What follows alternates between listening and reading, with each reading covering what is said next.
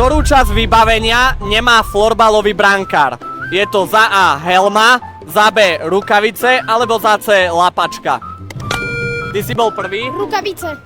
Rukavice nie je správna odpoveď, brankár má rukavice. Skúsiš správnu odpoveď aj... Lapačka.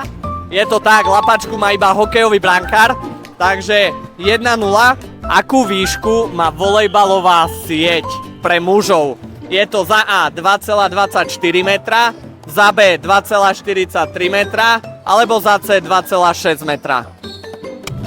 B 2,43 metra. Je to tak, takže máme 1-1 a ideme teda do rozhodujúcej otázky.